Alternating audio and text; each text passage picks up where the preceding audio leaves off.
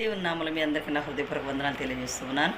మరొకసారి పాట పాడి వినిపిస్తాము. నా మనవరాలు నేను.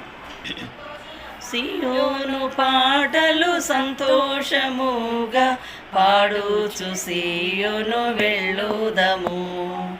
సియోను పాటలు సంతోషముగా పాడుచు సియోను వెళ్ళుదము. లోకాన శాశ్వతానందమేమీ లేదని చెప్పెను ప్రియుడేసు. లోకాన శాశ్వతానందమేమీ లేదని చెప్పెను ప్రియుడేసు.